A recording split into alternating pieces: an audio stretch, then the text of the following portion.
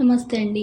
ఈరోజు నేను చాలా సింపుల్గా ఇంట్లో ఉన్న వాటితోటి టమాటా పులుసు చేస్తున్నానండి. చూడండి, 3 ఉల్లిపాయలండి.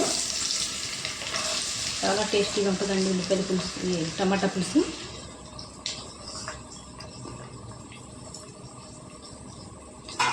ఏం లేదండి, టమాటాలు, ఉల్లిపాయలు, పచ్చిమిర్చి, చింతపండు, అంతేనండి. చాలా సింపుల్గా అయిపోద్ది. పసుపు వేసుకుందాం. ఉప్పు రుచికి తగినంత ఉప్పు అండి.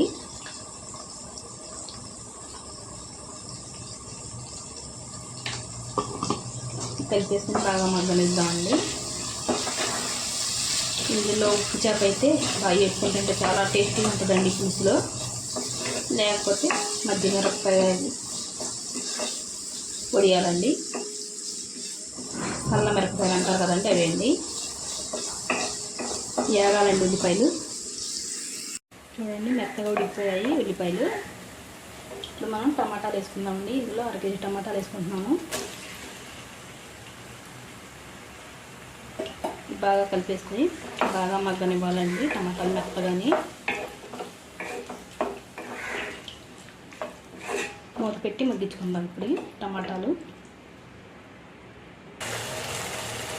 చూడండి, టమాటాలు మెత్తగా ఉడికిపోయాయి. వీటిని మనం ఇలా మెదుపుకోవాలండి, ఇలాగా గడిపోతే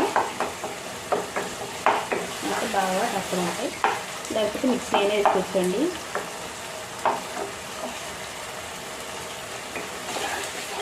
ఇందులో మసాలా కూడా వేసుకోవచ్చండి తినేవాళ్ళు అయితే.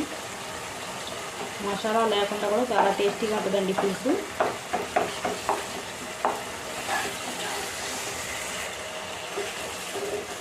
చూడండి, మెత్తగా అయిపోయినాయి టమాటాలన్నీ. బాగా నీళ్ళే వరకు వండుకోవాలండి ఇలాగా. ఇప్పుడు మనం ఇందులో తగినంత కారం అండి. కారం ఎక్కువ తినేవాళ్ళు ఎక్కువ, తక్కువ తినేవాళ్ళు తక్కువ. పులుసు కదండి, కొంచెం ఎక్కువ పడుద్ది.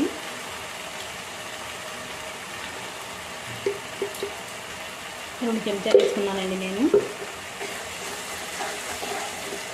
కొద్దిగా వేగనివ్వాలండి.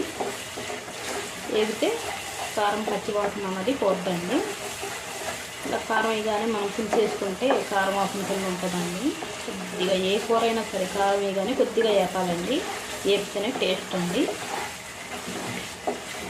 ఇప్పుడు ఇందులో పచ్చిమిర్చి వేసుకుందామండి. మనం ఒక 5 పచ్చిమిరపకాయలు పులుసులో బాగుంటాయండి. చీలికలు కింద చేసి వేసుకున్నామండి. అయిగానండి, పెద్దగా మిరపకాయ కాబట్టి సగం సగం చేసేసాను. మీకు ఎక్కువలా కనిపిస్తాయి.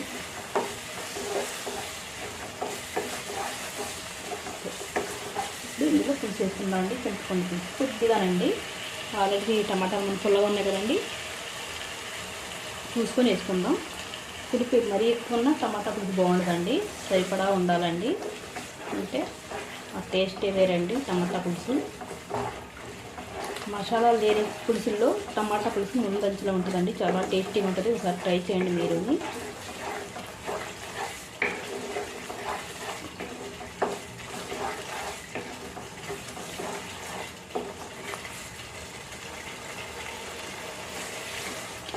కరెక్ట్గా సరిపోతుందండి పులుపు. ఇప్పుడు మనం ఇందులో తగినన్ని నీళ్ళు వేసుకుందాం.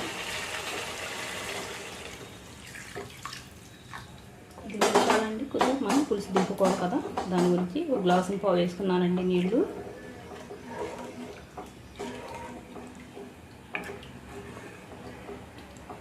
ఉప్పు చూసుకొని ఇప్పుడు సరిపోయిందో లేదో, సరిపోతే కొద్దిగా వేసుకుందాం. ఇప్పుడు ఉడకాలండి పులుసు. చూడండి, పులుసు ఉడుకుతుంది కదండి. 4 రెబ్బలు కరివేపాకండి, లేతదండి. వేసుకుంటే వాసన చాలా బాగుంటుందండి. ఒకసారి కలిపేసుకొని మూత పెట్టి వండుకుందాం. ఇంకొద్దిగా చిక్కపడాలండి.